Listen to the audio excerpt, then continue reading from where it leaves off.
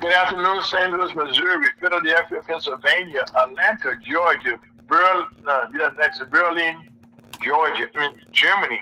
Break myself. Berlin, Georgia, Jacksonville, Florida, Frankfurt, Germany, Le Mans, France, Boston, Massachusetts, Houston, Texas, Salt Lake City, Utah, New York, and Kansas, Missouri, home for the FIBA World Cup matches, which will conclude tomorrow in New York, New York. We're going to let the Missouri Chamber of Commerce for July the 18th, 2026. My name is Alfred, your host and creator, along with Elder Alden. How you doing there, Red? Fine. And how's everything going with you, Brother Scott? I'm too blessed to be distressed. Brother Scott, you got the weather for this. I know you're enjoying all of this out there now. Oh, yeah. And congratulations again, Scott, on all your awards as you've become a noted singer around this area, right? And we thank you so much for all the voices. Thank you, Brother R. Thank you, sir. And also, we got along for the ride today. Chuck may not be with us, so we got Mr. John Johnson. How you doing, John? I am blessed to be among such company. Well, you're such a kind man, brother. Okay, so thank you for joining us. Okay. Well, we are broadcasting live on Ferguson USA, HotTalkRadio.com, YouTube, Facebook, Twitch, and Instagram from beautiful Wichita Terrace in St. Louis County, St. Louis City, and all of Missouri. And so we want to thank you for making much of Missouri Chamber of Commerce as part of your weekend. Every Saturday since 2015, we said thank you. Now, without further ado, we have prayer with Elder Alden Miles, pastor of Walnut Park Baptist Chapel Church, located at 5547 Linden Avenue. That's in North St. Louis, Missouri, at 63120. That's the wrong address, the zip code. We have prayer with Elder Alden Miles, pastor of the Walnut Park Baptist Chapel Church, located at 5547 Linden Avenue, St. Louis, Missouri, 63120. The voice you will hear next will be that of the great Elder Alden Miles, pastor of the Walnut Park Baptist Chapel Church, located at 5547 Linden Avenue, St. Louis, Missouri, 63120. Brother Alden, how you doing, sir? Fine. Let's bow our heads. Heavenly Father, we thank you for a wonderful gospel. How that Christ died for our sin, was buried, and rose again. I continue believing to the saving of the soul that continues to make heaven your home before you sleep and after you sleep. Heavenly Father, we give such great thanks for such a great salvation. And we also thank you for a day we have never seen before. And Heavenly Father, we know everything is in your hand. We thank you for what you're going to do and what you have done and what you will do. And Heavenly Father, we give you great thanks for that in Jesus' most precious name. Amen. Amen. Amen. Amen. Thank you, Ralph. That was a very beautiful, timely prayer also. Thank you, sir. Okay, all right, we're gonna be in Genesis. Okay. Genesis, the 11th chapter of Genesis. Okay, first book of the Bible. Okay. I am ready to go, sir, with verse. And verse 1 said, in the whole earth, my topic is the Tower of Babel. Okay. And if you think about it, the Tower of Babel, I believe, started with Cain. Okay. So if they went to the city of Nod, according in Genesis. Mm-hmm. And it said, in the whole world, verse 1 said, in the whole earth, one speech. And it came to pass, as they journeyed from the east, that they found a plain in the land of Shinar, and they dwelt there. And they said one to another, go let us make brick, burn them thoroughly. And they had brick for stone, and slime had they for mortar. And they said, go to let us build us a city and a tower whose tops may reach unto heaven. And let us make us a name, lest we be scattered abroad upon the face of the whole earth. And the Lord came down to see the city men built. You're breaking up, And brother. I'm breaking up. Yep. How about now? That sounds good right now. So. All right. And the Lord said, behold, the people is one, and they have all one language. And this they begin to do, and now nothing will be restrained from them, which they have imagined to do. Go to let us go down, and there confound their language, that they may not understand one another's speech. So the Lord scattered them abroad from thence upon the face of all the earth, and they left off to build the city.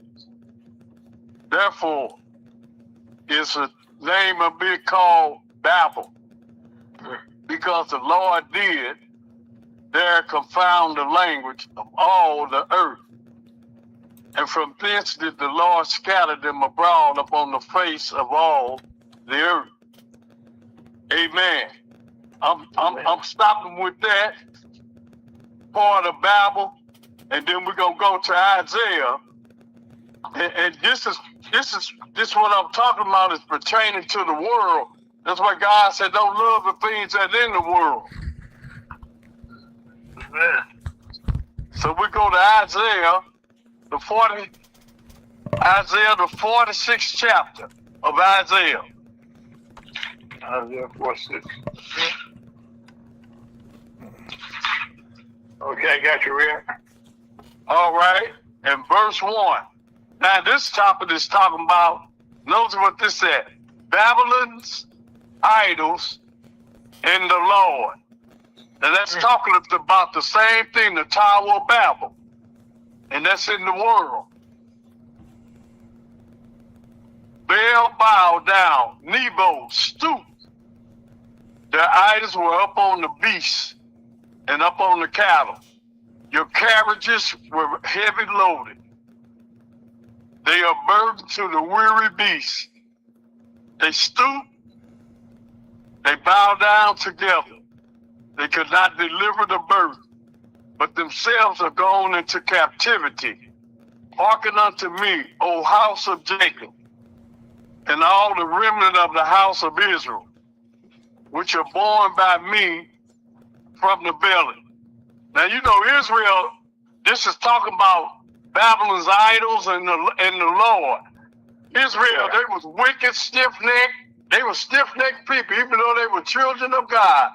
They were stiff-necked, hard-headed. They wanted to be like the world.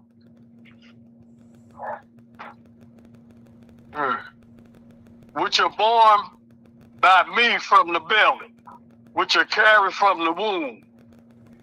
And even to your old age I am he, and even to whore's hairs will I carry you. I have made, and I will bear. Even I will carry and will deliver you. To whom will ye liken me, and make me equal, and compare me, that we may be alike?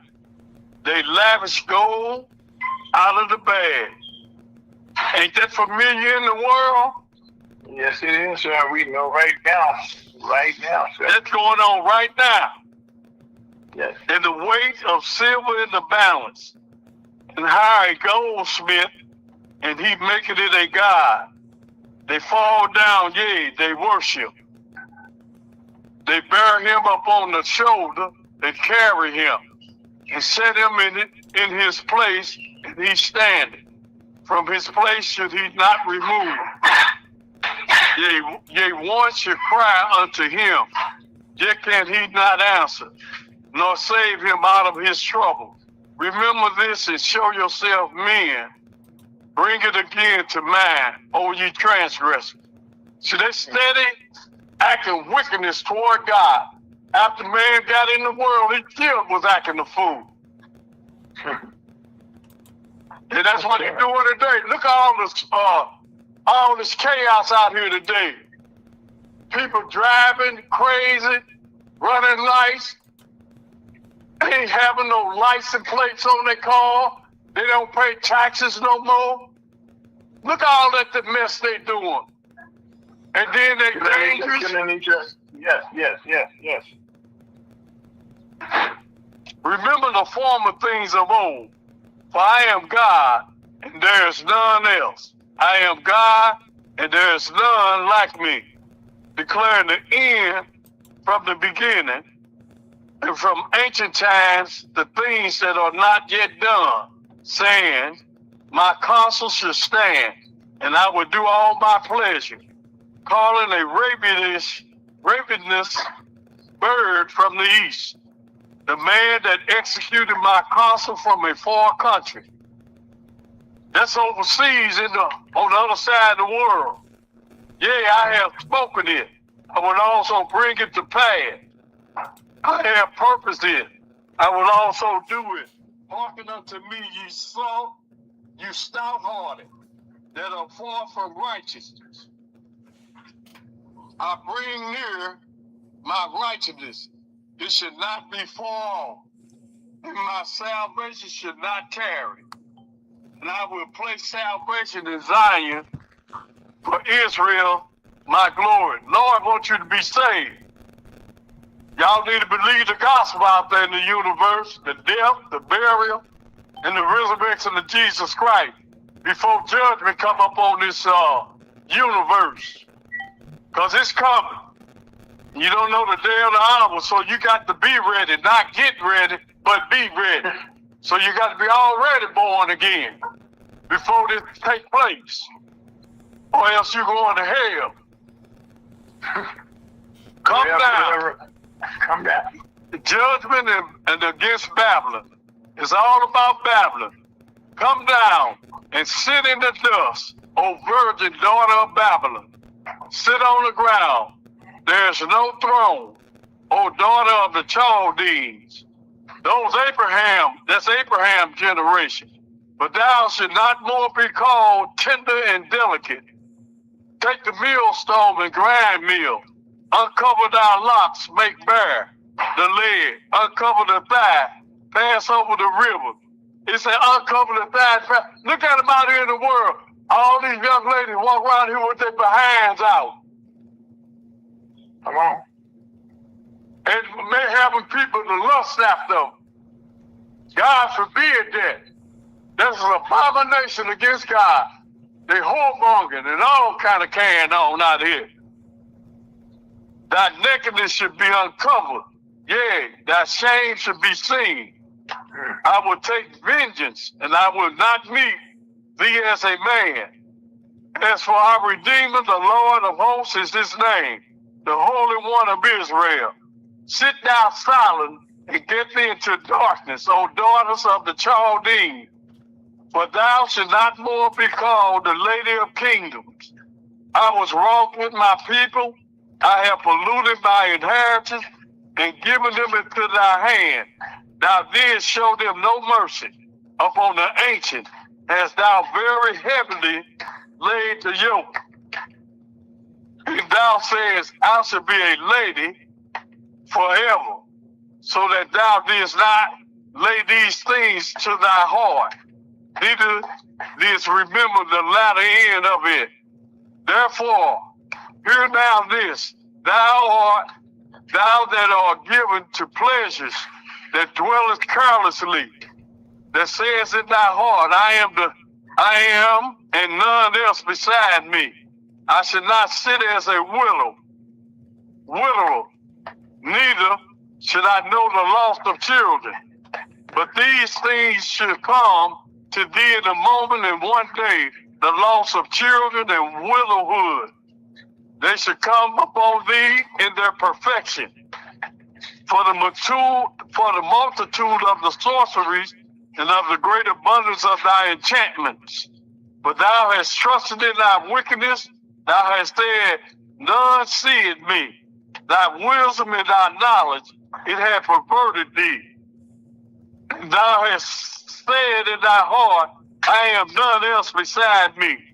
Therefore, should evil come upon thee, thou shalt not know from which it riseth, and mischief shall fall upon thee.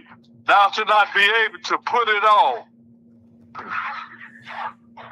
and desolation should come upon thee suddenly, which thou should not know. That desolation is talking about land. That's why the United States is not in prophecy. No, it's not.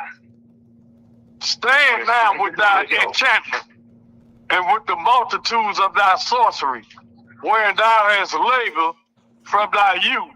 If so be thou should be able to profit, if so be thou mayest prevail. Thou art weary in the multitudes of thy counsel. Let now the astrologers, the stargazers, the monthly procrastinators stand up and save thee from these things that should come upon thee. Behold, they should be a stubble, the fire should burn them, they should not deliver themselves from the people, the power of the flame, should all not be a cold to warm. You're breaking up again, Brother Allen. Go back to your speaker, Rev. Go back to your speaker.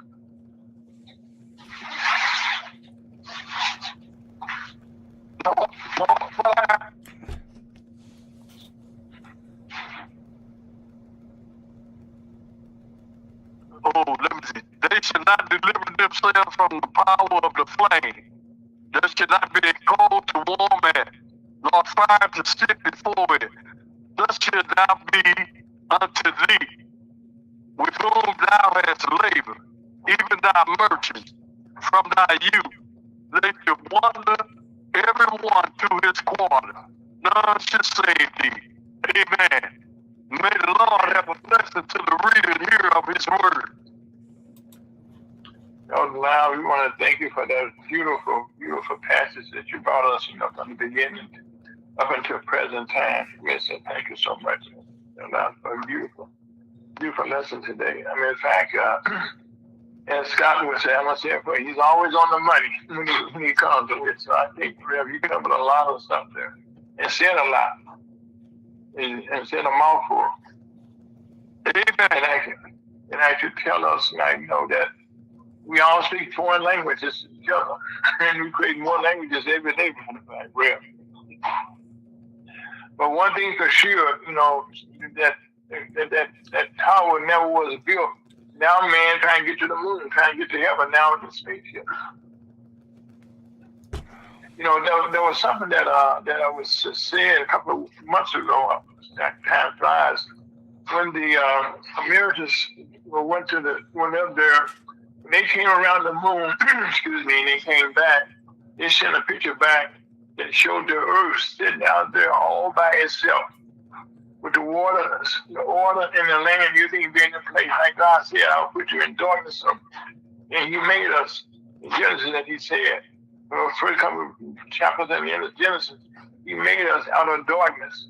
And that was seen by the naked eye, that God is not ever going to come up short of what he said he's going to do. It will last forever. It will last forever. And I just said, thank you, Elder Lyle, for those beautiful words, and got any comments, Don? No, I got no comments. It's cool. The word speaks for itself. Because it's in the ears. There you go, Ram. There we go. But we want to say thank you so much, Elder Lyle, for those beautiful words of wisdom, and especially for the lesson for today. Thank you so much. Okay, he read from the chapter 46. Of Genesis, and I say, and then he read also from Isaiah 46 and 47. Thank you so much for reading that word. Wow, thank you so much for that you give me. And listen, Ferguson, you can say hottalkradio.com. My name is Aaron, folks. That is Elder Miles. That's Don John. Thank you so much. Life is good. Scott, take us out of here. Amen. Amen. Thank you, Elder. Thank you, sir.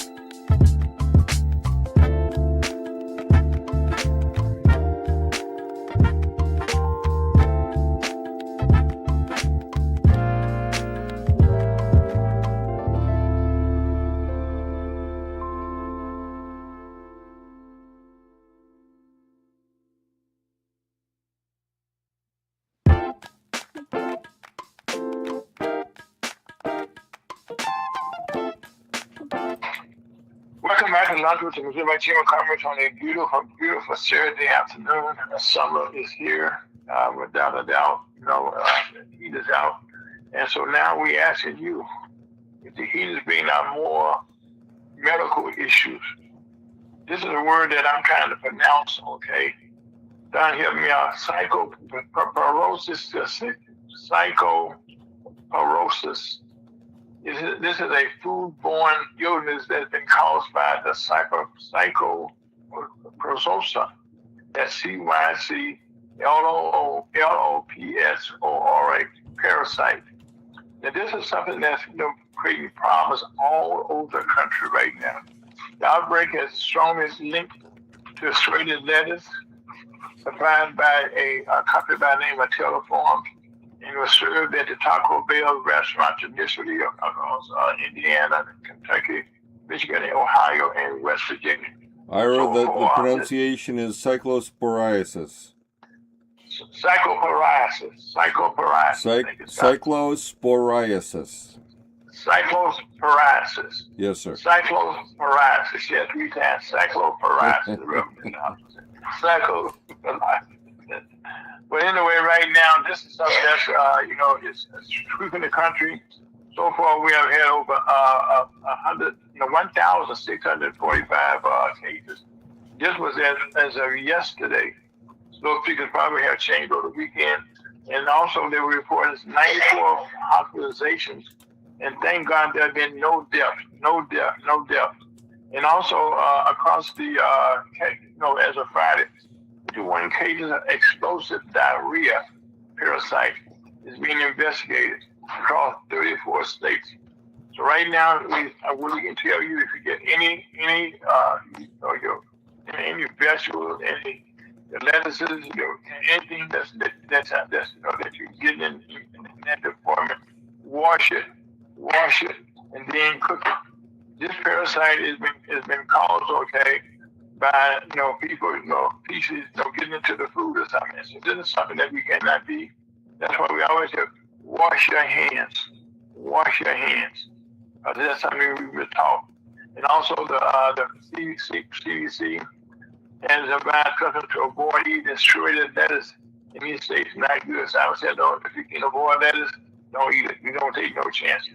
And while this is going on, the disease outbreaks continue to climb. As we talk about this every week. We now have reached 2,260 cases. And as we get closer to the record of 2,289, that was for all of last year, 2025. And already at the halfway point of the year, we're ready at that mark. So this time we're talking next week, we're past that. So right now, this is across 44 jurisdictions. Issues we have been asking you to get your kids vaccinated. For your young children, if they go to different daycares or vacation Bible schools, and things like this, they are contaminating other kids and other people. So right now, you need your pre-vaccination at your local health department or the doctors in most cases. But please make sure you get your children vaccinated. The United States had a status for many, many years has been legally eliminated. But right now, that status is in trouble because if this continues to grow, it's going to put us in a whole new different category that we do not actually want to be in. And that is not a good thing. And so right now, our gas prices continue to increase as the Strait of Hormuz remains closed. As our war with Iran continues to be moving forward, as the bombing continues, and not only is it continues when we bomb them, they bomb somebody else. So this is an ongoing problem here, and that's not slowing. We don't have any end in sight with this war. That's going on. And make matters worse, Congress cannot be involved with it because another week or so here, they could be going on a month vacation. So this is not a good time right now. And also, on this past Thursday, President Trump gave a prime time speech on election security. You're on mixed reviews from Republicans and Democrats as the 2020 election brought no new information. There was no new facts. Even then, okay, if you have a good memory, there were over 65 court cases, and even with the Supreme Court that found no, nothing that was disrupted intellectual routine. As a matter of fact, the Attorney General for the President Trump in those days said no problem.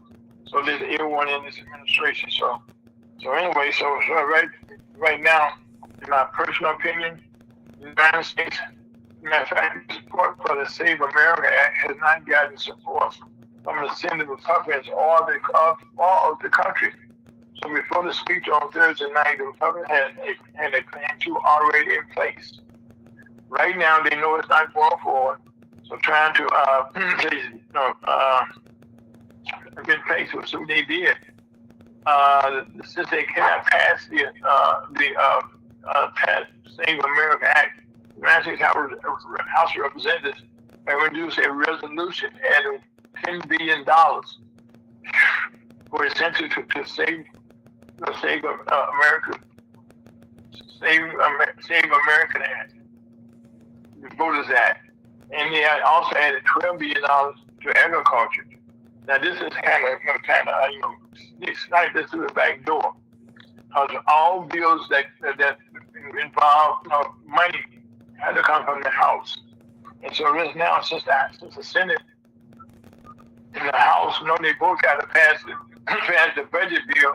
They are now going to slide this Save America's Act into that bill. Not a good thing. So I think we're going to have some problems with that. So anyway, so the Budget Resolution Act, they hope to pass this Budget Resolution Act next week and do it quickly, do a budget resolution bill. So they're going to make this a part of the bill that will be good for our budget. Not good. And also, until we had this works out, President Trump, this week, fired the U.S. prosecutor in 4 hours. He was appointed at 8 a.m. and fired while he was waiting in the U.S. Attorney's office via email. This allows the administration to appoint a new prosecuting attorney. This was up in the Seattle area. And the President Trump also has fired all election assistance commission members, leaving the agency unable to function right before the midterm election. Thomas Hicks served on the commission before becoming the chairman.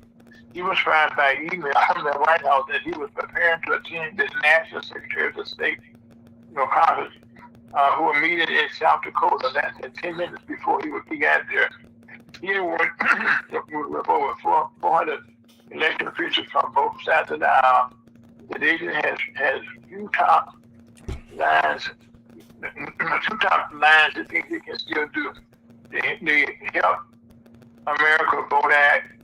The agency pays to get out funds to states to ensure they can function well. The other piece is we serve as the clearinghouse of information, so gather that information and then get that information to the jurisdiction. There's over 8,000 jurisdictions in this country, but the only one who can that's only one or two individuals who can do certain things. So right now, we can tell you, make sure you go to your polling, your call on Monday morning. We said this over again. Call your election board. If you don't have the number, call your mayor's office to make sure that you are on the rolls. As we're going through the midterms here, and also here in Missouri, election coming up in August. Just right down around the corner from us. Make sure that you are legally on the books to be registered by the person people. Here in the state of Missouri, our Attorney General, Secretary of State, automatically, it's turning our records in. I heard you breaking up a bit. I'm breaking up a bit, shot. Hold on a second. Okay, take that right away, sir. Okay, how's that, Scott? Much better. Okay. So here in Missouri, our Secretary of State has already submitted our records to the federal government, after saying he wasn't going to do it. That was months ago. But now, as we have this fight that's about to take place, we had the gentleman that's in charge of the DHS. Now this is gotten real crazy. They're asking. He's threatening people who threatening the officials. Whoever manufactured it, whoever said they will not do it. Matter of fact, there's some states that are actually suing against it. And by law, okay, the president cannot change no rules. He cannot do no emergency thing that would give him authority. All this is kind of makes confusion in a person's mind. So right now, we ask you, please focus on what actual things that involve you. And these things include like that the mortgage rates, they're up to 6.5%, 55% from last week. It was at 6.49, and that last week was for a 30-year fix, according to Fannie Mae, and also for the 15-year fix is 5.93%. And it was slightly up from 5.92% last week. The inflation rate, this is not good, fell 3.5 in June, down from 4.2 in May. The largest drop since 2020.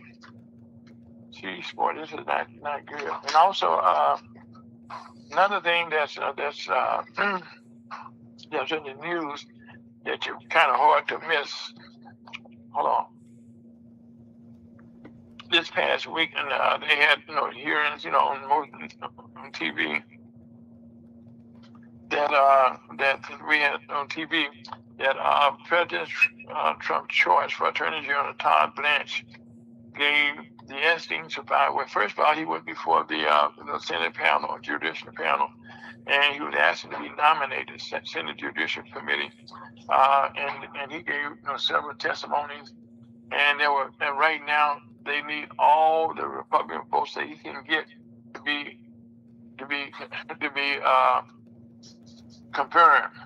So far, he has been not the attorney for the country, but he said he was President Trump's personal attorney. So right now, all of the things that President Trump want to get done, and right now, normally in years gone by, Don, help me out here. The FBI, the Justice Department, without fighting crime, making sure people are slipping into our country, making sure everybody's securing their bank account and stuff. None of that's being done, and we're not hearing about that. All we're hearing about now is that these people right now going out jumping on people who were against the president, and that's like he's weaponized his department. And like he just got rid of Pam Bondi, who was his predecessor, because she wasn't doing enough, but she was doing quite a bit, in my opinion. So right now, Todd Blanche, had one senator that he wasn't quite sure about, and that was Tom Tillis, and he came out and said, if you do not meet with the Epstein survivors, you cannot have my vote. Well, guess what? You heard kind of a little sham get-togethers. Well, he finally met with them the next day, and he met with them, how he was forced to. I mean, did he agree that he would help them? No. Did he agree to, that he would look into their cases? No. He did not agree to do anything that was going to help them. He only did it because he knew he needed that one vote. And matter of fact, while at the meeting there, he was late to the first meeting. So again, the time has shifted around. But right now, listen to what's going on, looking at all the things that's on our table for our Justice Department, we need to have our Attorney General nominee be denied. Not there to make a lot of difference who will come next, but we shall see. But right now, that's also been in the news. Another big thing that affects all of us in some shape, form, or fashion. This is a lot of money, people, when I say this to you. $110 billion. That's one person has that kind of money. right now the merger you have read about this between Paramount and Warner Brothers and Discovery is bad for the country and entertainment. The merger would put CBS News owned by Paramount and CNN owned by Warner and Discovery under the same company, shrinking the quality of journalist independence, eliminating a historical Hollywood studio, one of 5 remaining spy studios. This company, once it's been approved, okay, but right now, a group including critics, labor unions, and critics of 12 attorney generals have filed lawsuits against the merger. Right now, if this merger takes place, this company will have a control of 30% of all the blockbuster movie distribution market period around the country. What does that mean? You get new programs, new movies all the time? No. And like I said, whatever you get, okay, the price of going to the movie house would be going up because right now they will control that. And not only that, you can imagine there was a time that CBS News was known as the actual, the top of the line for its news. But right now, 60 Minutes, which has been totally destroyed, they got rid of Stephen Colbert, which is one of my favorites, my personal favorites, because President Trump told him to. And by the way, there's one family, the Ellison family, they're the ones that will be buying this. And right now, he has had the FCC has been so nice. He's been so nice to the FCC. They give him everything that he asked for. And right now, this is something that, as we talk about this, and as we look at this, okay, this is not good for our country to have that kind of control. So right now, the movies that we used to look at, not going to happen. And another big thing that has taken place around the country, and there's been something that we cannot overlook, is this past week or so. As a matter of fact, that most recently, for lack of a better description, the Immigration and Customs Enforcement agent shot and killed a 52-year-old man in Houston, Texas. And then less than a week later, another ICE officer shot and killed a 23-year-old man in Bedford, Maine. Both were mistaken identities. Now get this, okay, ICE did respond and said that, that the person that did the shooting in Maine was not qualified, that he just got on the force, and that they were going to suspend most traffic stops. DH Secretary Mark Wayne Mullen told the U.S. Senators Angus King, who's a senator from Maine, the man killed was not the target. Now, so this seemed as though this was going to be something good. They'll stop the stop. But President Donald Trump quickly reversed a national ban on vehicle stops. And so right now, they will continue to be stopping the people. And matter of fact, in a lot of states, and as a matter of fact, here in Missouri, several of the police departments, including mine, I live in Woodson Terrace. Matter of fact, the headquarters for ICE in this area is located in Woodson Terrace. And so our police department, some of our officers, Breckenridge here in this vicinity, have all agreed to work with them. So this is something that's going to get worse before it gets better. And what is done, if you look at the lettuce problem that has taken place here, but normally we have all these immigrants in the fields picking those lettuces, not in the field in the sun, making sure that our food supply continue to be, harvested properly. Well, they do not have the manpower. They do not have the people to make sure that it's being done cleanly. In fact, they do not have the top people that have been doing it for years doing it. This was something that was seasonal operation that took place year after year after year. And so now we can see why we worry about our lettuce. And that's something that most people have in their diet.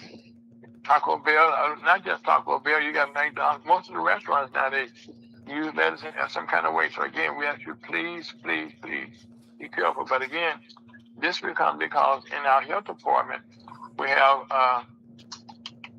Robert F. Kennedy Jr., who for one is against vaccination, and he's trying to, upside down, turn the health department upside down, and all the good practices that we had lived with for over the years right now. He's trying to stop all those. So that's why right now our country seems to be, because it is in bad shape. Because right now, as we look at all that's going on, the stops, that's going on, that's taking place. That this is something that's not good. But one thing we can say for sure, okay, our country will sustain itself. Right now, we have some good doctors, and but right now, something that we look at, when you come to our health departments, they're responsible for all the things that take place. And when it comes to making sure that our people are safe, health-wise, and so forth, we're in good shape. Now, also, something that should bother most people, that when the president spoke on this election, this past Thursday, back in 2020, people seem to forget at that time he was president of the United States.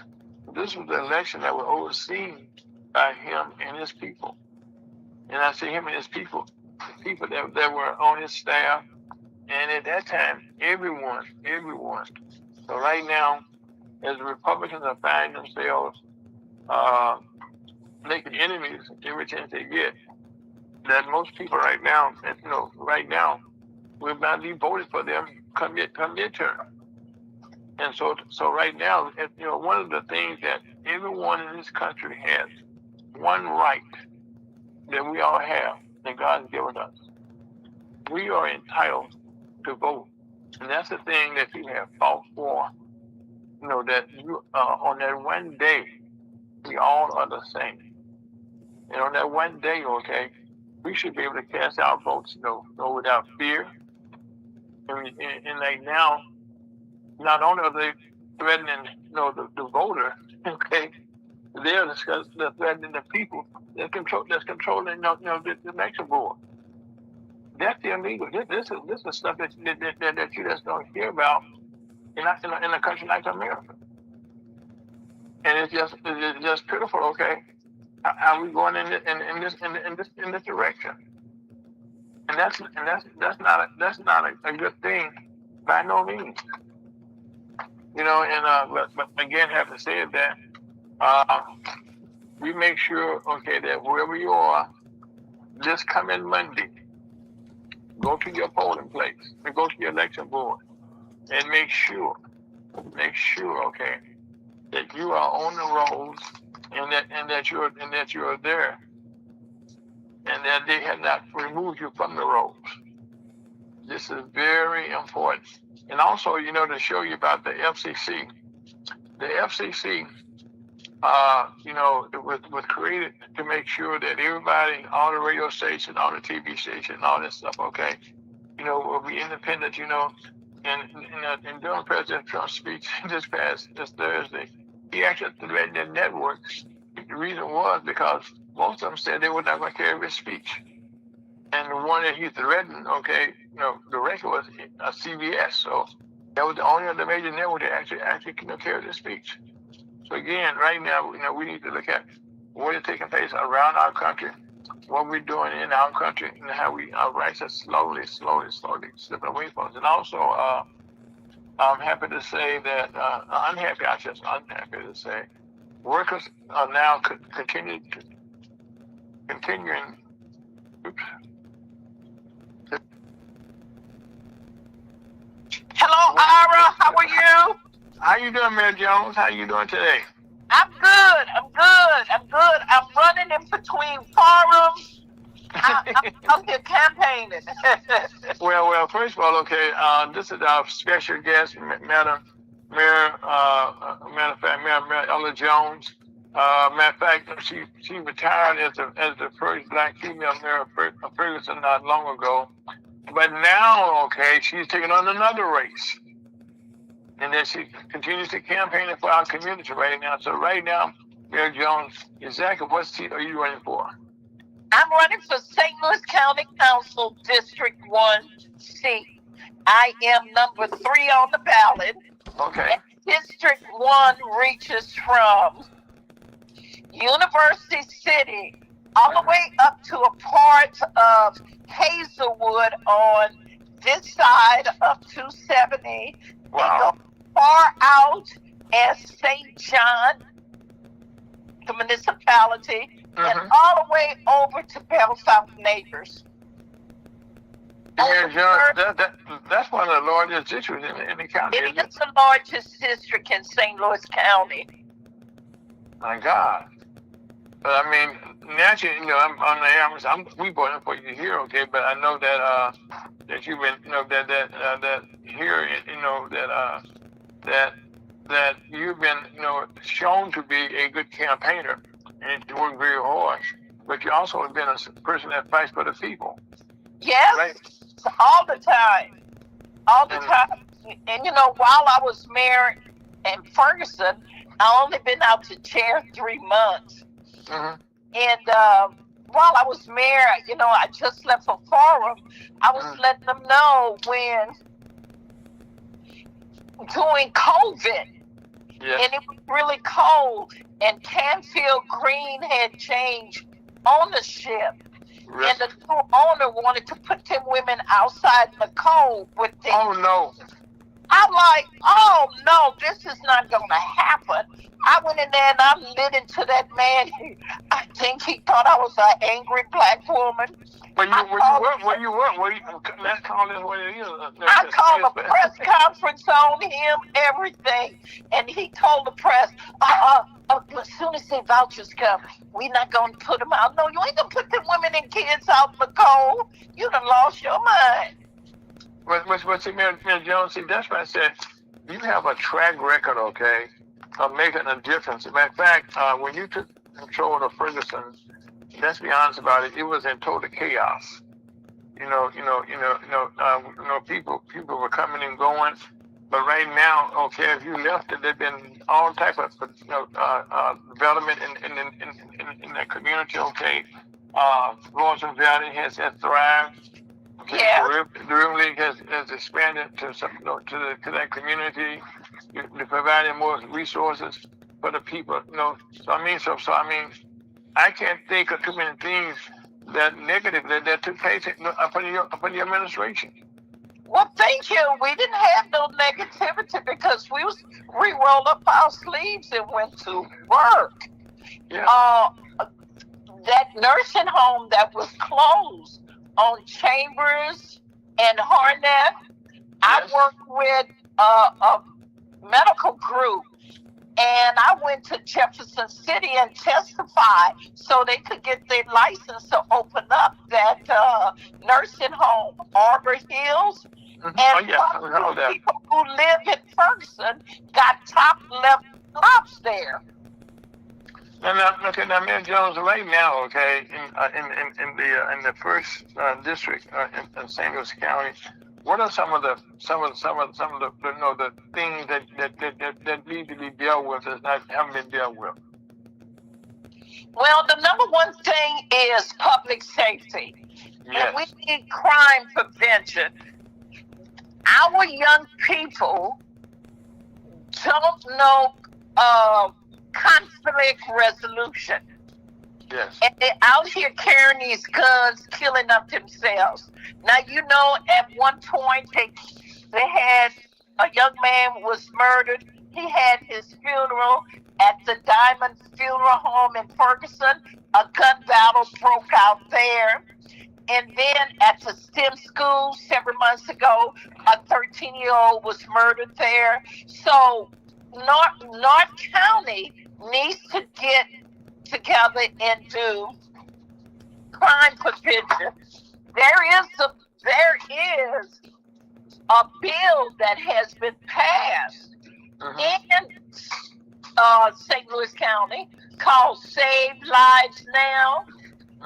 and they don't want to fund the bill. It's $1.7 million. They don't want to fund the Wait, bill. that's no money, Ms. Jones, in the county There's budget. no money to save a life. We should be in the business of saving our young people. But here's the deal.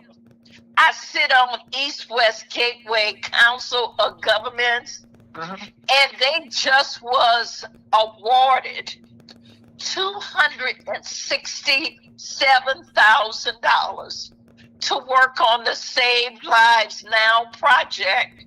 All that money went to the city of St. Louis. St. Louis County didn't get anything because we haven't done anything. Well, I know right So now. that's the most important thing we need to do. Get in here, work with our young people, put them on a different path.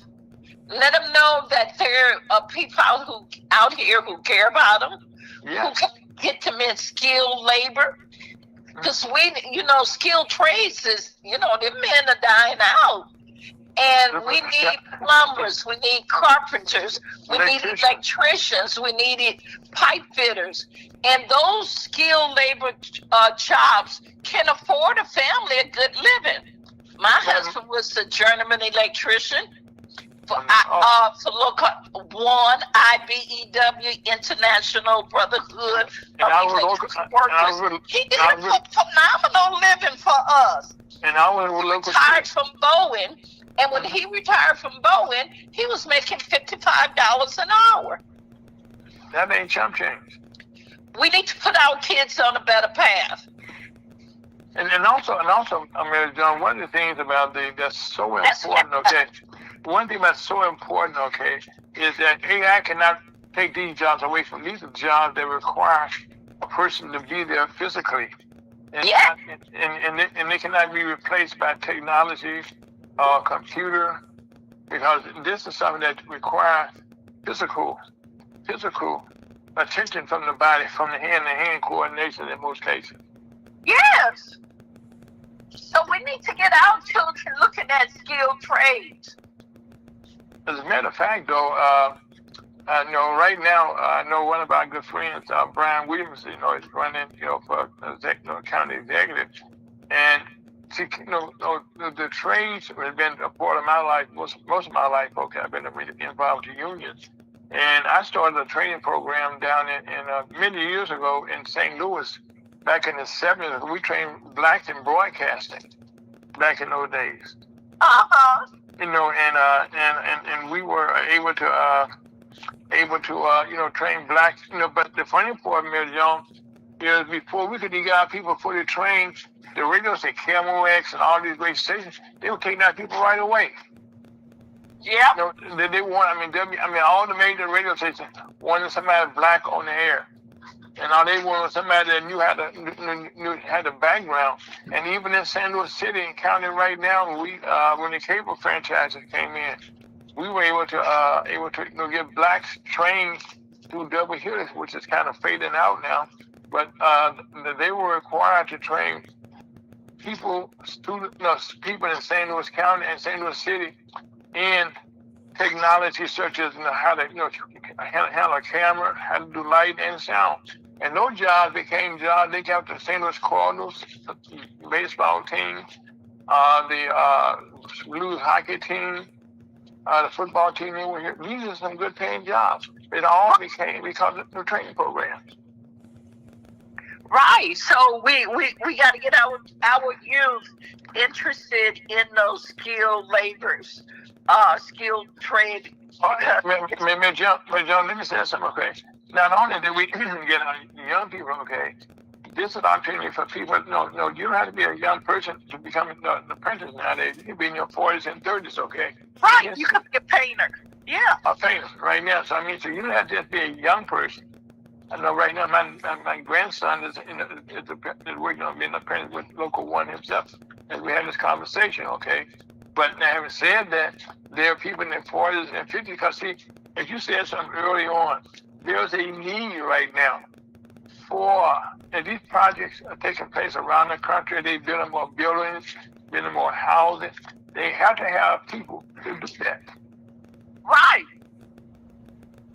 As a Right. matter of fact, They need them. They need them. as a matter of fact, one bill that just passed, the House and the Senate, President Trump refused to sign it. Was for housing. Well, that means there's more jobs. They can give more housing now. Exactly. And the house requires an electrician, a plumber, somebody to do the carpentry. Those are all the jobs. Okay, that's not going nowhere. And that's the truth. That's the truth. And those jobs going to be around forever. Yes, ma'am. They are going to be around forever. And the good part about that, I tell people, okay, that's it on the head of the Resurrection Conference. When those young people who get trained in this trade, they can go out to their own businesses inside those units, and then they can go and hire other black people, people from their own neighborhoods, and they can build their own businesses. Because as long as they supply the workers. Yeah, they be entrepreneurs. Yeah. Because right now, right now it's a fact that more workers are now continue to leave the U.S. workforce, and that is clear right now. So there's more people. But I mean, there are more openings. That people can get.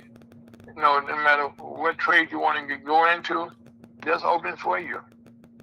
There's opportunity for you to feed your family. Exactly. As a matter of fact,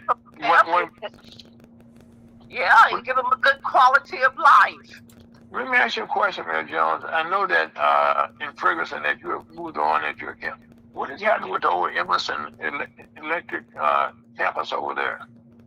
Well, Emerson campus is 217 acres. Mm-hmm. And we had, Jim Onder, he proposed to buy that campus. Mm-hmm. He gave us a community agreement Mm-hmm. where we first signed, we would get $700,000 to do environmental study and everything. Mm-hmm. People fail to, a lot of people don't even know. Emerson already has a data center.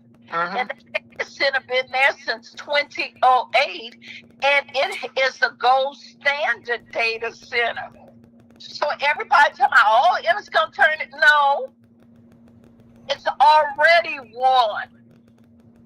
He was asked for abatement, tax abatement. Tax abatement. Mm-hmm. Yeah, and he was going to bring other manufacturers. Mm-hmm. And the data center been there since 2008, and it is a gold standard data center. So everybody talking about, oh, Emerson's going to turn it. No. It's already won. He was asked for abatement, tax abatement. Tax abatement. Mm-hmm. Yeah, and he was going to bring other manufacturing companies in there. Mm-hmm. The vote came up the next day that I left office, and the new mayor voted against it. However, Jim Onder purchased the property anyway. Mm-hmm. We don't get any incentives, anything other than the regular taxes. However, he is a fair person, Mm-hmm. and he's going to sit down with Ferguson and still be a good corporate partner to the city of Ferguson. And that's still a plus, because the way they treated him, it was horrible. But he being a businessman, he still wants to work with Ferguson. Well, another thing, man, John, that you just mentioned there, okay, he's been voted the #1 law firm in St. Louis for the last 3 or 4 years. Yes. And he's continually helping people. I mean, so his heart seems that his heart is in the right place. For you to go to them on a law firm, and we got a lot of law firms around here because we watch TV, you cannot hardly watch any of that in the commercial for a law firm. He came to my church, St. Paul AME Church in the city, in the heart of the tornado, and he was letting people know that he will help them to work with FEMA or in their insurance company. You know, he's that type of attorney that has a law firm that will help people. But why some of these people in Ferguson decided against it, I don't know. But he bought the campus anyway. And he's still willing to work with Ferguson. Well, Mayor Jones, I think the fact, I know he just purchased it, he closed this past week on the okay. But see, first of all, okay, data centers are not, we need those very, very badly. Because right now, this program that we're doing now, it's going to have to be stored in some data center someplace.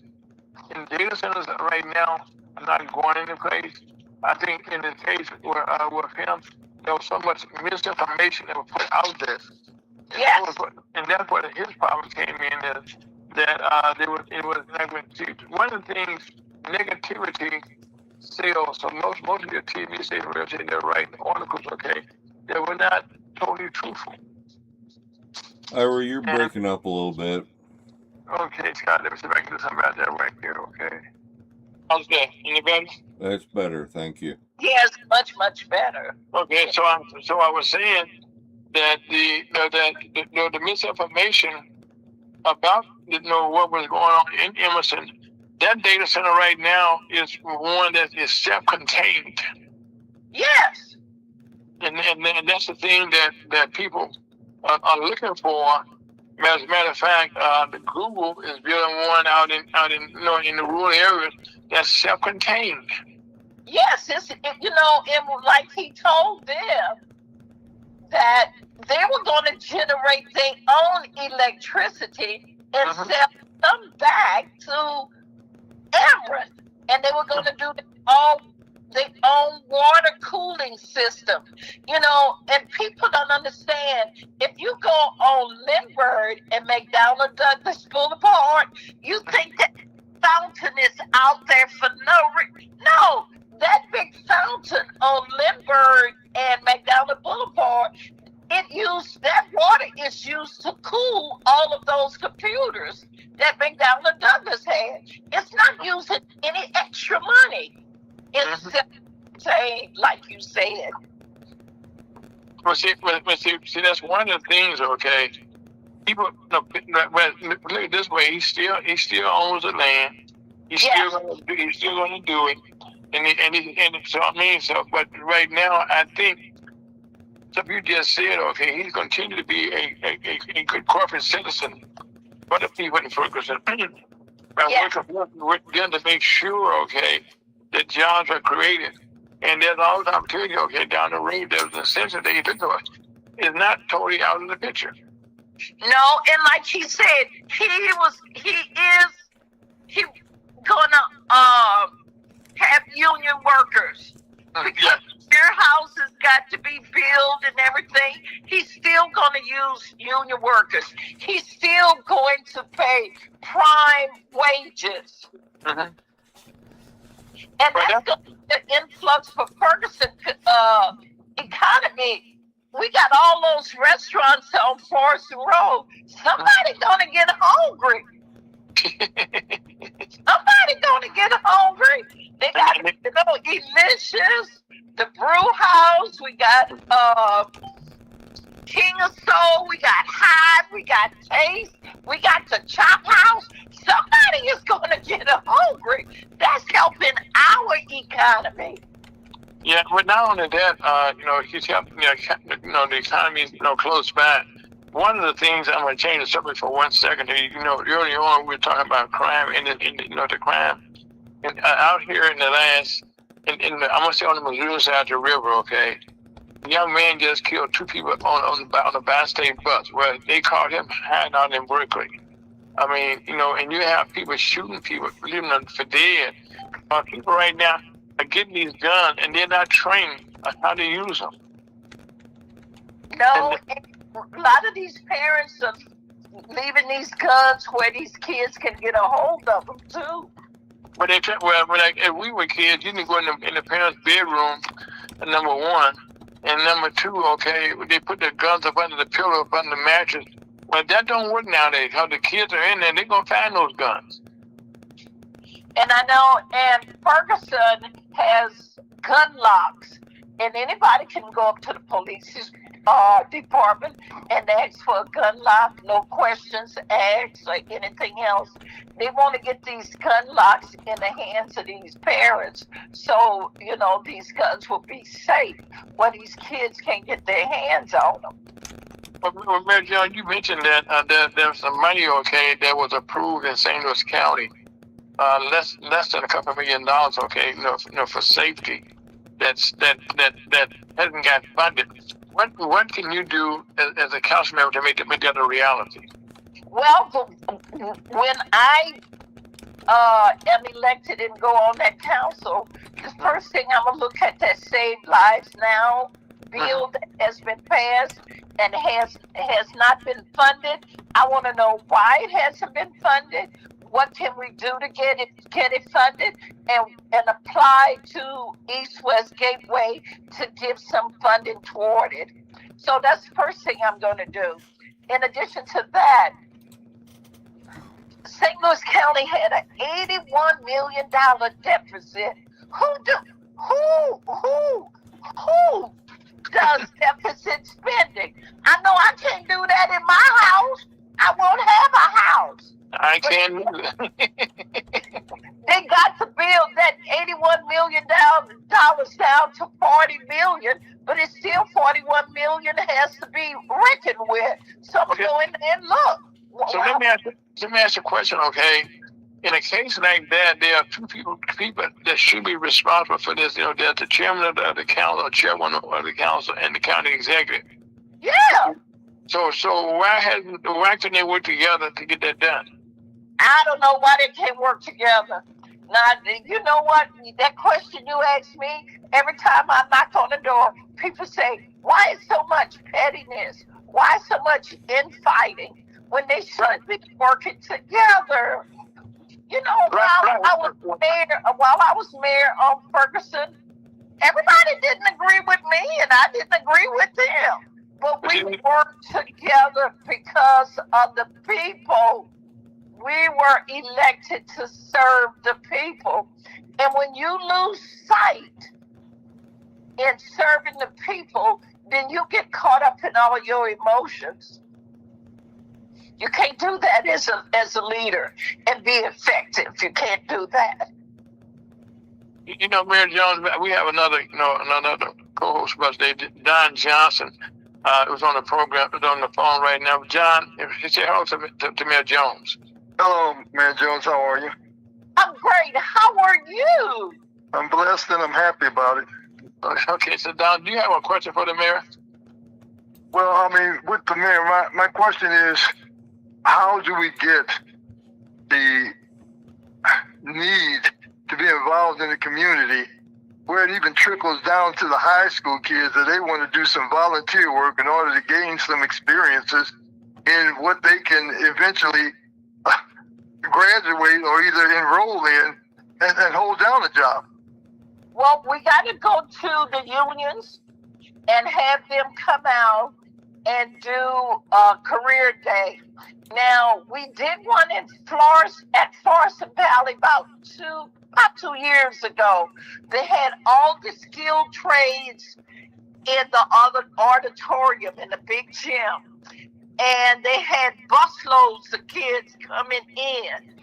So they could walk around and look at the plumbers, the pipe fitters and everything and make a decision. So we need to do that again. Now, Florissant Valley has a manufacturing building, brand new building. And as soon as I'm in office, I will talk to Dr. Perkins, who is the president of the college, and see if we can get that building open so trade can come in. And we invite all these kids from all over the region to be there to see, you know, if that's something they want to do. It only takes people working together as a team to get things done.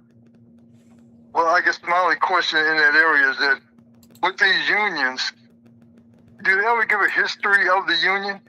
to where they can tell them, we discriminated against people that look like you because that's the way we were raised. And we gave them the lesser jobs. I mean, if I could be out there on a worker for the highway department, and they could put me on the grass. When do I get a chance to drive the tractor or the big truck? And if I don't do that, how many of us do you have doing those type of jobs where they are making the money, they're a skill, they can leave there and go someplace else as opposed to put me on the list that I have minorities that work for me. But they're picking up paper, cutting grass, maybe parking cars. But on the overall view, I can show you, well, we have minorities that are employed here also. When does that go away? Let me share a story with you. My husband, he was a Vietnam veteran. And when he came out of the service, he wanted to be an electrician. You know, they barred him from being an electrician. Him and some other guys that came home from the war, and they got together and they fought IBEW and made them bring them in, skilled trades. All these young guys now are working off the work those older guys done. They're not reaching back to get younger people to get skilled in these various trades. So that's something we can do, is go to the plumbers, go to the pipe fitters, and let them know we want them to learn these jobs to be skilled.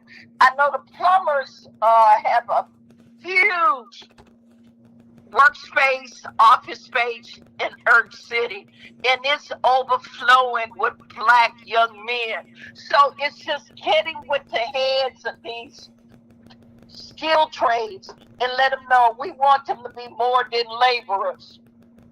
Well, I understand what you're saying, but I'm just saying, with going to these individuals that own these unions, etc., that as they present who they are, they do present this history that we didn't want you here because you're black. We have a history of doing it like that. So Right. it's not that we're going to bring you in right now and, well, we're going to get some movement. No, we want to deal with how it began, why it happened. Now we are trying to improve what we did, which was unlawful, which was discriminate. Right. Well, Don, one thing I can say here, okay? Okay. On behalf of electricians, IBEW Local 2, I was an organizer for them, and I went out into the community, out at the Metro place that we had out in Wellston, and I gave recruitment out there where we recruited. And the one thing that we said, when I went there, and this is the mantra between most of the unions now. There was a time, okay, that we did not want blacks in, but right now, okay, it's not so much okay that our kids don't want those jobs now, and because they don't want to get dirty, and that's why right now, okay, and we apologize in saying that we want to recruit you in, and that we apologize for our past. But right now, we need you to survive. So it's not a matter of the unions, okay, saying, okay, we love you. There's a need. Well, there's a need, and I know, Don, with your background as a counselor down at Harris State University, that you work with them. But I work also with the IBEW to work with. We created a program down at Jefferson College, where they was in training, in broadband. Well, all these new technology that we're getting in the telecommunications industry right now, they need us black folks now. And so now is the time, okay, it's to come to the table, tell a young person, go see, okay, if they will hire you. And if you don't, let me or let Mayor Jones know, and we make sure they revisit that. So there's a time they will be held accountable now. Through me as the chamber, through any way like the mayor, okay? Am I right, Mayor Jones? Yeah, I belong to North County Labor Union, and we meet the first Monday of every month. So that is something, it can be easily brought up in the meeting and see how we can get this thing moving, this train moving. We don't need no train sitting still, no tracks, no place nowadays. We gotta have some type of motion. And I think, Don, the fact that that you being that close to the ground, okay, you saw firsthand how these kids feel, you know, and how their parents feel that they were trying to get their children into the union. I totally agree with you, but here's what I want you to show. We had a picture over at Webster Groves. We got together as students and we loved each other. So what would happen if they had a situation where the parents over in Webster Groves, non-black parents, would give some type of function and we weren't invited? Their own kids asked them, why can't such and such be here? They were with us all day. So I'm just saying, even in areas where there's going to be a few of us they're going to hire like you, that their own people are confronting them as to why aren't these people with us a part of this right now? And none of us are in the room. Because some of these kids were looking at their parents and go, I didn't know you was this racist. I didn't know you was this prejudiced. But they told them, and none of us were around. That was at the dinner table when they wanted some of us to be with them after school. And the parents go, no, I don't want you around them. They looked at him and say, it'll be better the day you die if you keep that attitude. Now, this is the one that they birthed into the world, telling them this. So all I'm saying is I can follow what you're saying, that you can go here and do this, but somebody that doesn't have that deep chocolate in that same room, looking at the people that they live with in the same neighborhood and questioning him about that, are making them accountable. Or is that asking too much? For Americans in the land of the home of the, free and the brave and all this other. Is that asking too much? No, you gotta make him accountable. And the only way you can make him accountable is making them sit at the table and tell you how they're gonna change and what they're gonna do better and hold them to that. Mayor Jones, and also to Don here, one of the things in the last couple of years, DEI, there's been something that was pushed, okay, but it would not fly because right now, there, in most white families, okay, you're finding that the young ladies and young men are marrying black and white women, black and white, either black men, and so now, since the late Jesse Jackson said, we're now having a rainbow scenario, so it's kind of hard to say in a family gathering, okay, I don't like these black folk when they're sitting at the table, Don. And so right now, that's, the change is here. Something that Reverend Lyles talked about in the earlier program, Mayor Jones, he went around in the prayer that he talked about in the Tower of Babylon. How they had missed language, they could not communicate. Well, now there's one communication that we all can communicate now is we need to make money to feed our families. Right. And this is a vehicle, okay, to make sure that it's there. And I think now the unions are open up now more, Don, than ever before, because they don't care the color of your skin. They need people. I just said we desperately need you. And I've seen, not only did I know that they do desperately need people right now, no matter what color you are, to go, dig, put a table in the ground, to wire the houses that are being built all around the county, all around the city, all around the state. They need people to build those houses. Right, they do. And they don't care who you are.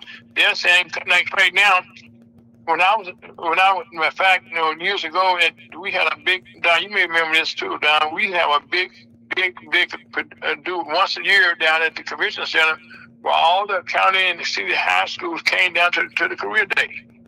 We had for a couple of days.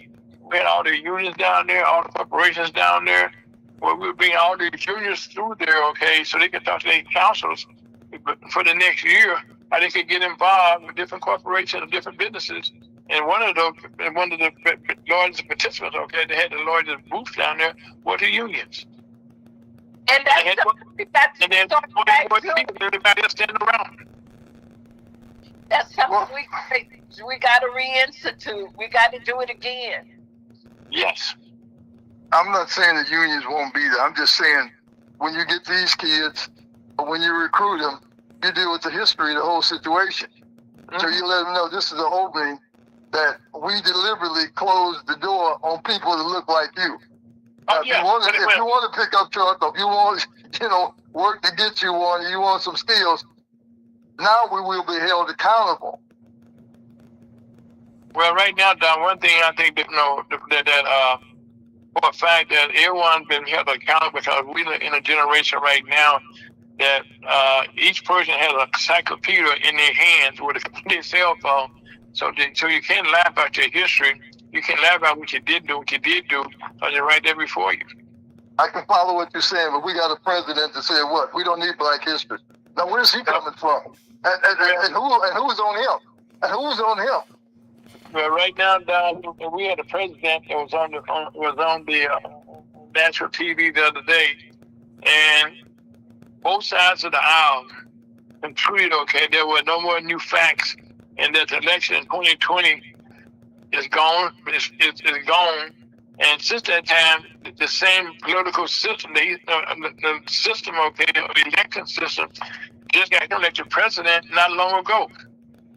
So, so the system cannot be that bad, okay, because it's still working. Right.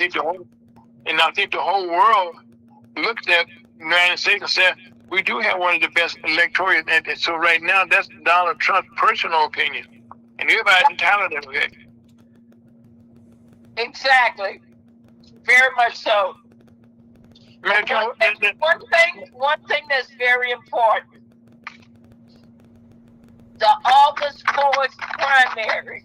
Yes, that's about to say. Somebody better get out here and vote.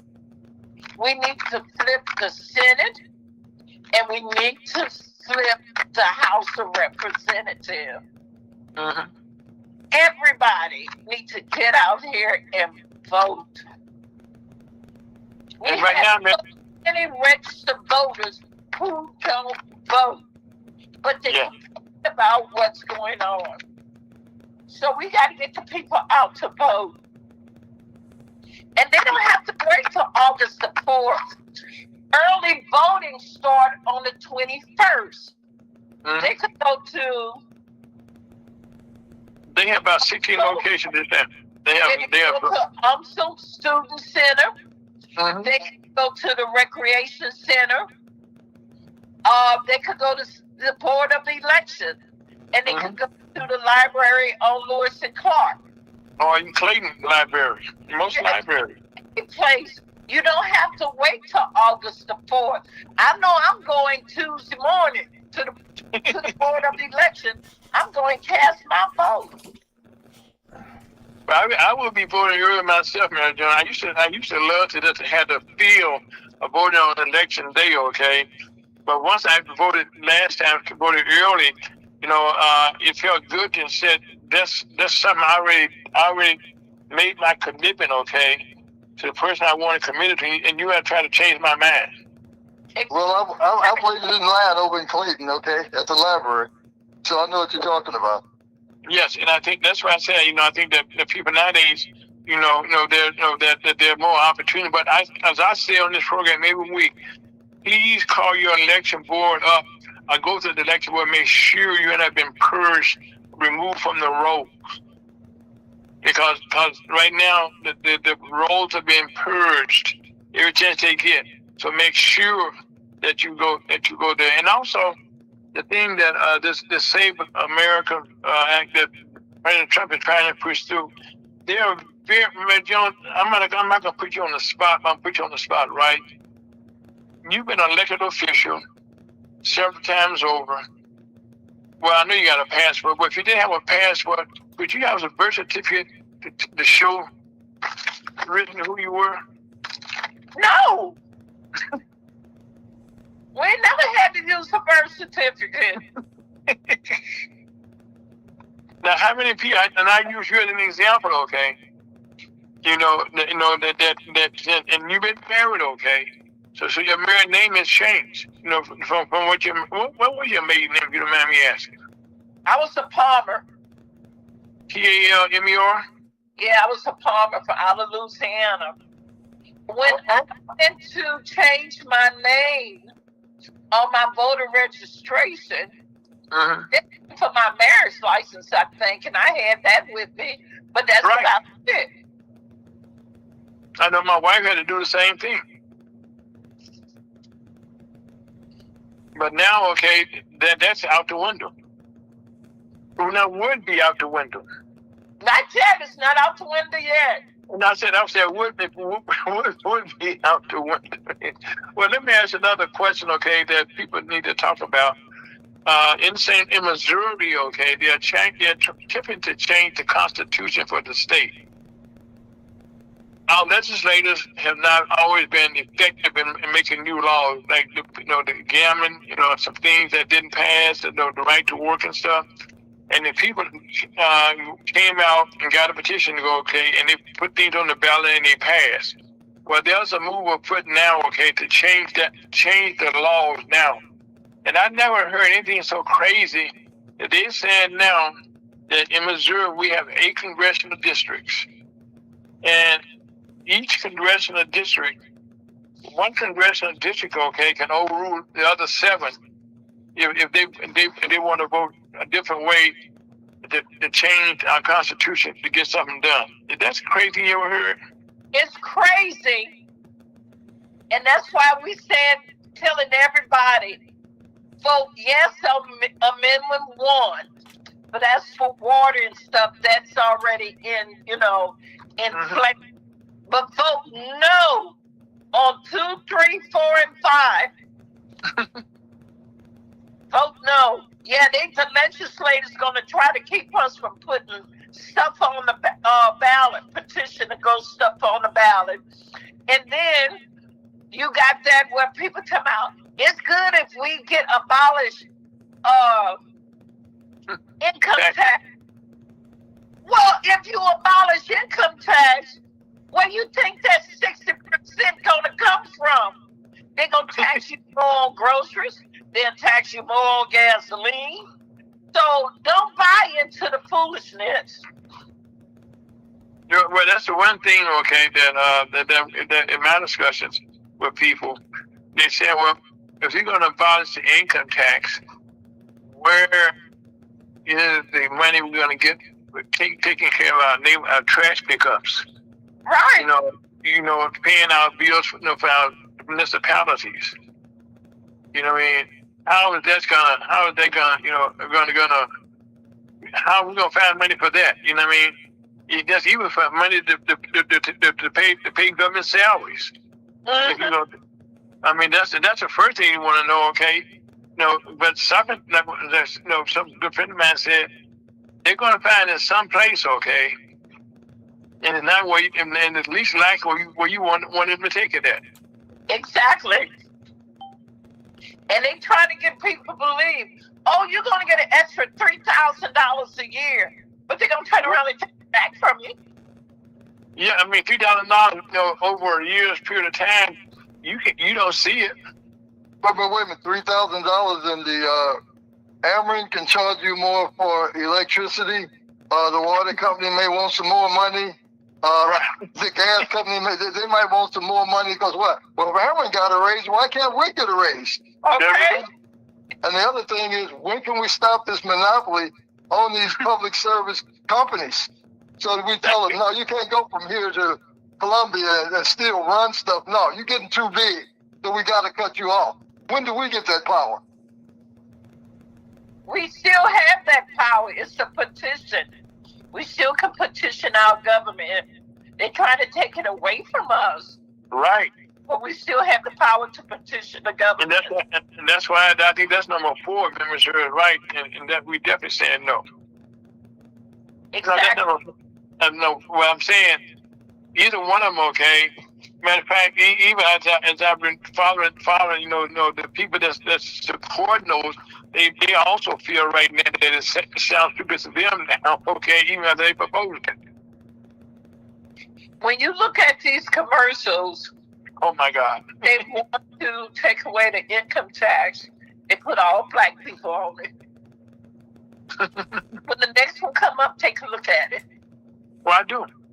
Well, I do. Well, one thing that I do, okay, is I look at commercials and stuff, and I said this more than once on our program here, that you can't watch a TV show, a network show, a cable show without now seeing a commercial, okay, where people of color.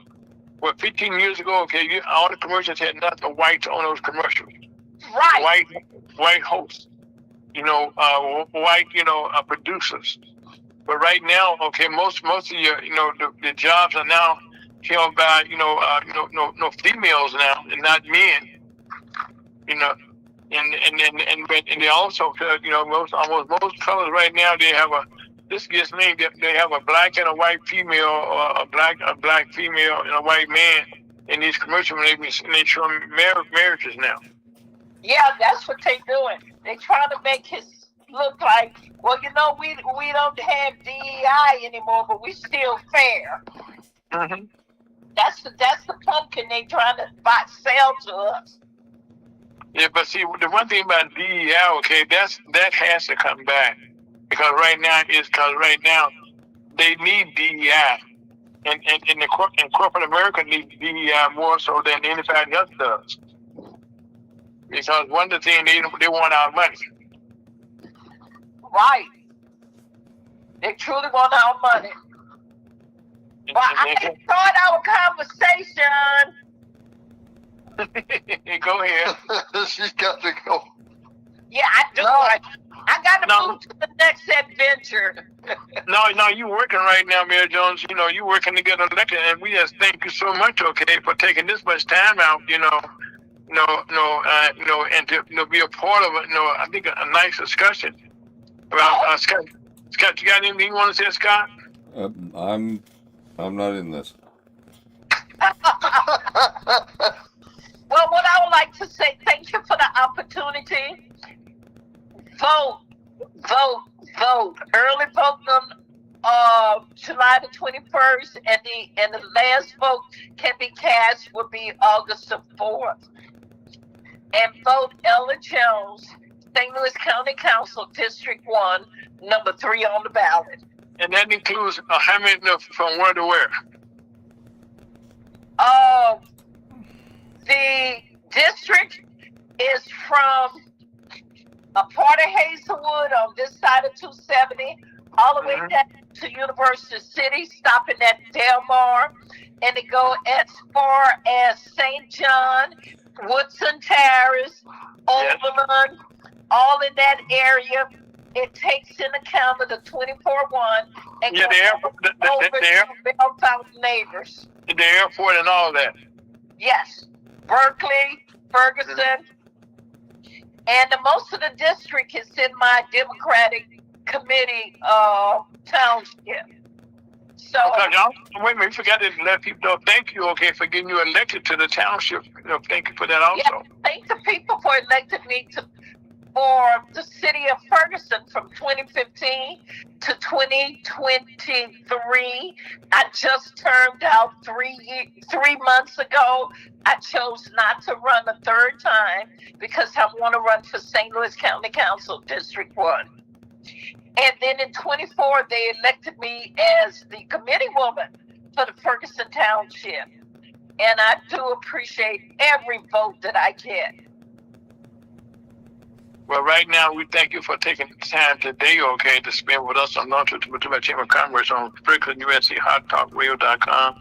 Well, when we call, you always answer. Matter of fact, I'll be calling you. I got the idea I need to run by you, okay? Okay. I just got to. But right now, go. And do what you got to do. Thank you. Okay, all right, take care. Okay, love you. Bye-bye. Thank you. Okay. Bye-bye. Bye-bye. Okay, well, that's the, good friend of ours, good friend of mine. I can call her truly a friend, that's that's out here, working, for change. And one thing to talk about change, another thing to go out and work for change. Don, let me ask you a question I wanted to, okay, now that when I was talking about this earlier in the program, what are your thoughts about the merger between Paramount, Warner Brothers, and the Discovery Channel? Well, I think that they're allowing certain companies to become monopolies than they want to be because they control so many TV stations, radio stations, etc. And I think that that type of monopoly needs to be broken. They need to stay independent so that if someone disagrees with either the president or somebody in this, that we get a number of opinions, we get a number of information, and we come to our own conclusions. Not that you only give me, put one record on the record player and that's all I can listen to, and you're going to ask me how did I like the tune, and the people higher up and the people in these corporations, they just need to be told, no, you cannot have this many stations. No, you cannot buy this one out to this, and that's going to give you a monopoly. And no, you're not going to be a conglomerate. That's not going to happen in the United States. This is not Russia, where we got, probably one channel over there, and guess who runs that channel? The government. So no, they need to stop them right now, because why? We know one basic human trait: the more power, the more corruption, and the more power they want, so that they control the news. Not that they report the news, but they report what they want to say, what is newsworthy. And have we had that in history? Yes. I mean, you go down to Tulsa, what they did to Wall Street down in Tulsa. Did I study that in the textbook? Did anybody go to jail for that? Did anybody go to jail for that? They did the same thing here in Missouri, in St. Louis, in Meacham Park, down in Mills Creek area, and they did it. They learned from Wall Street to do it a different way, but they still took out black districts. Okay, they were truly corporations. Like I said, but to the thing back to this pyramid deal, what happened? Okay, we saw at CBS. Okay. This is owned by the Ellison family. When President Trump complained about what's his name, Stephen Colbert, he wanted him fired. They fired him. Now they're trying to get rid of The View on ABC, owned by Disney. And they said, no, we're not going to go through that no more. We're going to stand up and fight. Okay. But one thing now we will know that on CBS and then CNN now is owned by Warner Brothers. And they all be up under the same corporate house. What does that tell you? Like you said, you look at BET, they're no longer black owned. No. So certain things for us are not going to be covered. Because why? The head man can go, no, we don't need to put that on our screen. We don't need to cover it. Because why? He doesn't have that history or that background. And he may be threatened by it. Mm-hmm. But he's in control. Yeah. So I think that's what we have to watch, because why? The more people have control, the hungrier they get, and the more they want things to be their way. And right now, this one nation under God. No, I'm in control. It's like I look at our President Trump.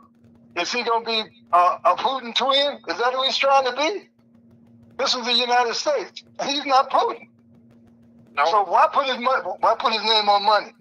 Why are you going to go to certain buildings and have to put Trump up there? What has he done to have been a draft dodger? He's also had 2 or 3 different women have been over there with his boy at his place. But no, we were just friends. Everybody know he's a liar.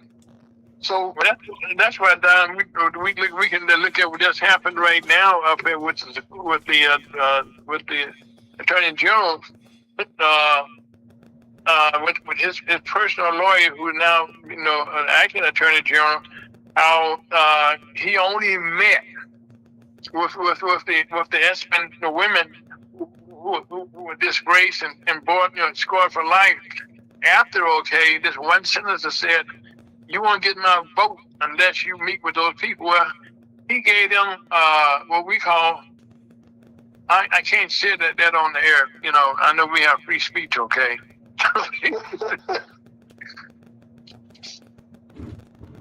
And what I'm willing to watch it now, Don, is to see what Senator Tillis does, okay? Because he right now he's not up for re-election, so he does not that he has to vote to make Donald Trump happy, and he can't do anybody against him, to make sure that he can't get elected. And the same thing about Quantum down there in Texas, okay, where you went against him. So you have a couple of votes there, that about statute, he should lose. As a matter of fact, with McConnell being unable to vote, So I mean, so those things are working against them there. Wait a minute, I mean, you can look at the whole situation. Trump goes to court. All them people found him guilty, but we can't put him in jail. What? What? Some countries, they take him out and kill him. But then Donald goes, no, I'm not going to jail, you guys. This, that, and the other. Okay, so he's wrong. He's proved to be a liar. We put our hands on the Bible in court, and one day we're going to tell the truth, and he gets in front, lies, act like he's asleep. Maybe he's passing gas in there. I don't know. But like I said, he didn't care, and he knew he wasn't going to jail. So why do we call it justice and not just us? Because if I go in, they're going to get me for what they think they can get me for. That's the reason I call it justice and just us. And that showed the whole United States that our laws do not apply equally, even if we go to court, even if we have a jury. Now, what can you say about this country? What's great about it? When we actually take off the blinders and look at it for what it's worth. Laws are not consistent for all of us. The rich won't control. They want to do it their way. They don't care who they step on. And that's the way I look at the Republicans right now. They don't want any of us around except for one, maybe to be on television, and we hold up our little Trump flag and back when he's talking. Then they're happy and we get our money and now we can leave. So in that situation, Americans have got to get to where we take off the I won't hurt your feelings gloves, and it is one thing. I'm going to fight for this republic to be the right republic, not to go along with the crowd. That's right. That's the republic we have right now. I'm going to go along with the crowd. Not that if you're wrong, I'm going to correct you out of love and respect for my country, because why? All of us have had people that's going out of this country, fought for it, died, and didn't come back. And Trump wasn't one of them. So in that situation, those that do have people like that, stand up, or if you're going to take the punishment, don't bitch about it. So I got to say. And another topic, okay, that I kind of went over, but I didn't dwell on it too much because at the time I was trying to get to the time when the mayor was gonna call in. But I talked about the immigration cuts, ICE. That's kind of what it is. The Immigration Customs and Enforcement, agency, where they killed a man up in Maine, who was not the person they were trying to kill, trying to look for, not trying to pull over. And they also did the same thing down in Texas, in Houston, Texas also, where they got the wrong, this man was guilty of driving a white van on his way to work. Now, I was somewhat impressed, okay, by that when the new DS, secretary said that Wayne wasn't, that they were gonna, cut back on these arrests, with these, putting people over like that. And less than 12 hours later, President Trump said that he was overruled. And now I'm saying this now. These are people that normally would be working, in our, doing stuff, work. These people always going to work, okay. These were not people that, they were looking for. But also, these are the people, okay, that would be doing the crops in our fields and stuff. When we used to be, picking cotton, we used to be picking the grapes and picking the fruits and stuff right now, the vegetables and stuff that we have to eat. Well, right now, that's why, we're looking at this thing with this latest word I cannot pronounce right. So I'm not going to try it again. Where people getting sick, and unfortunately, we'll have more of this. Because right now, go ahead. I'm sorry. Because right now, you don't have the proper inspection taking place right now. Because one of the things, shortage of workers, okay, like I said, the workforce is shrinking, and so that means people are not out there to do the work that needs to be done properly, and now with the health department, trying to cut back on a lot of inspections and stuff. Now we're paying the price for it. Well, you got to look at that situation. I mean, they don't give us the basics when it comes to food. In that situation, what should be taught? The basics. First thing you do, you wash your hands. The second thing you do, you tell people that, hey, have you got any vinegar in the house? Get some vinegar and water. And some of these vegetables that you get, rinse them in those first. Don't just rinse them with water, because why? Certain people put chemicals on it. Now, if you got some vinegar and water, that can take some of that stuff away and save you. Another thing, before you bite anything, you pray to God for it, that he cleans it for you. But in order to help yourself, you got some vinegar and water, you can rinse your lettuce off in, your tomatoes, your cucumbers, anything that comes out of the ground, you can rinse it off with some with some vinegar. Whichever color you want, I don't care. But we are not taught situations like that in crises like this. We just get scared. Well, don't buy no more lettuce. But what about the rest of the vegetables? They come from out of the ground. They got the same group of people picking them. But when they get to your home, what have you taught your family to do as a preventive measure? And they're rubbing against each other in the case. Right, I'm just saying. But in that situation, what have you taught your family or in the school system, anything else, how to be as healthy as possible and to help yourself in the situation? Because what? If you go to Taco Bell, I'm just using it because they're on the commercial, do those people back there wash their hands? Do they rinse the lettuce off? Do they make sure that final rinse takes place before they chop it up and put it on your taco? I mean, no. You get some people working those places, they're the cleanest people around. So something like this is just common knowledge. It's eventually going to happen. If I work in a place and I use the bathroom and I don't wash my hands, or if I'm dealing with 2 or 3 different vegetables or frying something, and my hands go from this, I don't have plastic gloves on. Yeah, I mean, we've gotten so in this country that we don't care. We're going to give it to you by any means necessary. That's not only food that we eat, but that's legislation and anything else. Any means necessary. But that needs to be taught basic one. You wash your hands. If you got some vegetables, you rinse it off in vinegar and water. You help yourself to be healthy. But Don, one of the things that we have talked about on this program religiously for the last couple of years, okay, well, what's happening, the measles outbreaks, the flu outbreaks, and we keep going down to this. Wash your hands.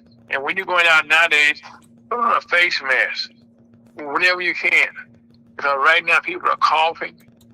You know, there's contamination in the air, there's airborne things taking place. That's why, you know, when you go to doctors or you go to the hospital office, they all wearing masks. And they're in a hospital doctor. And why shouldn't you take leave? If they're wearing a mask, if I should wear a mask. Or do you know something I don't know? Yeah. Take care of yourself. But if you step that up, let's look at this. What kind of nation do we have? An obese nation. You're going to catch more. You're going to be sick more often. You're not going to have the money to give to the doctors for the medicine when you're sick. You're going to pass it around more. And why? A walk, or physical education, or missing a meal? Because why? When I was playing ball, when I was younger, there were 3 meals a day. There comes a time when you get so old, 2 meals a day, or either you break it down to small little 5 meals a day, and you don't eat late, and you don't drink real late. I mean, there's so many situations you can do to help yourself, but in this nation, what do we say? Could you pass me them French fries over there? I'm a 300-pounder, but I want them French fries. They look good. You got any ketchup over here? I mean, I'm not concerned about my health, and I'm paying the price, because what? My daughter's going to pay that price. Anybody that's not concerned with their health, backing away from the table, dealing with hunger pains, are going to pay the price. And that's why we have a nation of fat people that are unhealthy. Right, Don, you know, one of the things, okay, that when people get diabetic or different things, they share your stuff and tell you eat less and eat wiser. But who's listening to that? And look at what we're eating. If we go out to eat, it's usually fried, it's usually fatty. It tastes good. I mean, I quit eating ice cream because what? It's not ice cream. It took me a while to look at the label. It says frozen dessert. I grew up when ice cream was ice cream. Now, if you look on the label when you go to the store, look real closely, it'll say frozen dessert. So it's not ice cream, New Bam, but it's in the ice cream freezer. So what are the manufacturers doing? They're selling us something we think we buying and that we think we're going to eat, It's not really what it is, but we got the different flavoring in there. We got the additives for this. We got some cancer causing stuff that's gonna be real yummy for you to just keep piping it down and you don't even look at the label. No. Because if you want ice cream and they said frozen dessert, you don't buy it. Because if you're gonna spend your money, get what you're there for. Let them eat the frozen desserts until we get back to ice cream. You know, and ice cream, like that mean cream, that comes from milk the cow. Well, it's like Bill said, you scream and I scream. We all scream. The ice cream. Right, so like I said, I quit eating that because what? I look at it, I did see frozen dessert. I left it at Snooks. I left it wherever I go. I don't eat it anymore. And I used to think the brand names, oh, this is good. And they got this and they got this. And then I looked on the label and it said frozen dessert. It did not say ice cream, but it's in the ice cream freezer. So I have to respect the freezer, but not the product. But see, Don, that's hocus pocus. I'm being nice again here, okay? You are being very nice. You are being very nice. Well, Don, well, first of all, okay, one of the things that we discussed with the mayor, okay, that's close to home, and I want to kind of, lay on this a little bit, that no matter where you are in the world, when you listen to this program, there's one thing that you have that nobody else have. Once a year, you are equal to anybody else in your country. Your vote is. When you vote, okay, they don't ask you what color your vote is, okay? They don't ask you, how fat you are, who you are. Your vote only counts if you vote. And something that I think Don said recently started, if you don't vote, you can't complain. Exactly. We got enough people complaining, and that's why again I said to you, come Monday morning, all down to your election board, and make sure that you're on the roll, that you have not been taken off the roll. I use the word purge, okay? And I'm going to say that make sure you're not been removed, taken off the roll, and then you get to the polling place, okay? The vote and say, oh no, man, well no sir, you can't vote. Well, we want to make sure that don't take place with you. Well, you have to also realize that, they're trying to put hurdles in your way so that you can't vote. These people want control. They want to do it their way, and you can't let them deny your right as an American citizen to vote. Don, one of the things, okay, that, this is kind of funny. How over time, years ago, Republicans was encouraging people to vote. Democrats weren't. Now Republicans are encouraging people not to vote. And right now, come November, it is so important. Like all elections are important, but this election is so important right now that never in my life have I heard so much discussions, okay, about voting and not voting. And how they're trying to change the rules. 5 minutes, Mr. Ira. Okay, thank you, Scott. And how we looked at the speech, and I kind of watched most of it because I gotta watch it so I can talk about it. No facts, okay? Because in the 2020 election and all around the country, a lot of people got elected, a lot of senators got elected, a lot of state reps, a lot of U.S. reps all got elected. And all of them, not one complained about the election being stolen. Not one. And all of them took the oath, okay, and were sworn in and took their seats, okay, and never looked back. And the one thing that I have found, and I think you have found, and we all have found, that we cannot go back in history and change anything. Now, we can only learn from history, and not repeat it. So you learn from your past. You don't know where you're going. You don't know where you've been. Amen. And that's why right now, the most thing that's in front of our eyesight right now is this upcoming election in November. that I think right now the Republicans are at an all-time low because of the president. Matter of fact, his ratings are low because people right now who associate with him and all the negativity. One thing that Elder Lyles did talk about was gold idols, okay? Never in our life, okay, have we saw so much gold in the White House. I mean, that's to me is that's not what I want to look at my White House and think it's full of gold. But not the average house you can go to in this country got that much gold in it. So I want people that's working on behalf of me. Never in my life have I saw a president, okay, that's on the TV every day. When do you take time to read the bills that's going through Congress? What time? Excuse me, if they don't read the teleprompter, how you think you're gonna read the bills? Well, like one of the things that that all presidents have gotten every day when they get up in the morning time, when they do anything after they say their prayers probably, they get a report about what took place overnight. And they read that. That's standard reading, okay. Well, what's been reported, that's not taking place. And again, you know what happened yesterday. You don't know you don't know what to do today. And that's why right now, we find ourselves prices of gas are going up as we speak. Food prices are going up as we speak. As a matter of fact, this situation with the lettuce and stuff, that's going to make prices higher for everybody, no matter how you look at it. So then, again, I'm saying we need to look at how we can go about making our lives better and safer.